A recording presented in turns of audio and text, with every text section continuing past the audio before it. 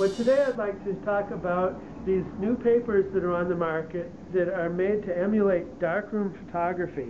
All the manufacturers now make a version of these, and they really lend themselves well to digital black and white printing. Oh, okay. So here we have an example. I needed to make the same image on all the different types of paper to show the qualities of the paper.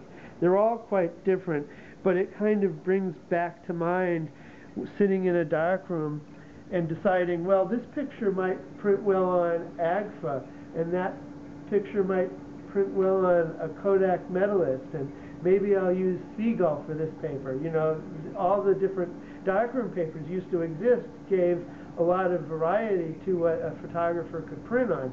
And now, the same thing is happening with digital paper. You can see some of the papers are warmer, and some of them are colder in tone. Some of them have a more glossy surface. Can you see that gloss? Yes, I can. This is a Harman Gloss fiber-based AI paper. It's a really nice one. When you open the box of this paper, it actually smells like darkroom paper. For all of us that grew up in the darkroom. Everybody who grew up and remember that. This was one of the first ones that came out. This was a Museo paper called Silver Rag, and it's got a slight luster surface.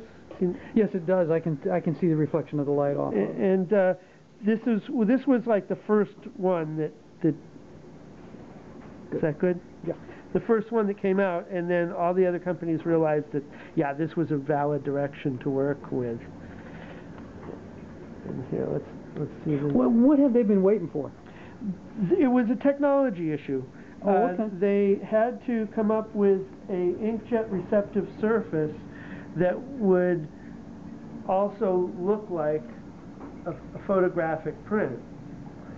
And up till now, they were photo emulsion papers, but they looked like RC papers. Right, yeah, they did. I just finished doing a project on that, and I didn't like it one bit. No, and these are in fact all fiber-based papers. Some of them are cotton, some of them are alpha cellulose, and they all have a layer of a reflective material, the Barada layer, that was used in making original photographic papers, and now they've figured out a way to get that into the inkjet emulsion. So when they were able to accomplish that, they could make these papers. And then on the other side, almost all of the major printer companies now incorporate light gray and light gray into their ink set. So you get neutral black and white prints from a color inkjet printer. Okay. So these were two advances that were happening simultaneous to each other, and they've now come together, and now we can do this. Okay, John, what paper do you have here? Okay, this is probably the most popular of these types of paper. This is the Ilford Gold Fiber Silk, they call it. And it's the most reasonably priced papers of this class of paper. Now, what do you like about this, John? It really does have the look and feel of darkroom paper, and it is affordable. Now, you getting is this the most popular? Yes, actually, I'm showing you the three preference? most popular. This is the first one that comes in because of price. This is the Innova Fiber Ultra Smooth Gloss, and this paper was actually chosen by a gallery that sells vintage prints as looking the most like a darkroom print in their estimation. And I like this one. This is the one I mostly showed to people who come here for getting prints made. And it has a real subtle gloss, and it's very smooth, which I think is most like an actual darkroom paper for the most part.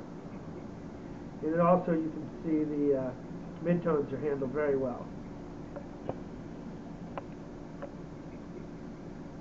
Oh, yeah, we can see that. You can see the midtones. Let's see, now what else do you have? Great. This is the Harman Gloss FBAI, and they also have a warm tone version of this, which I don't have an example of yet. It only came out recently. And this is probably the overall best of the lot. It is more expensive than the other papers that we've seen, but it really has the look and feel of a darkroom paper.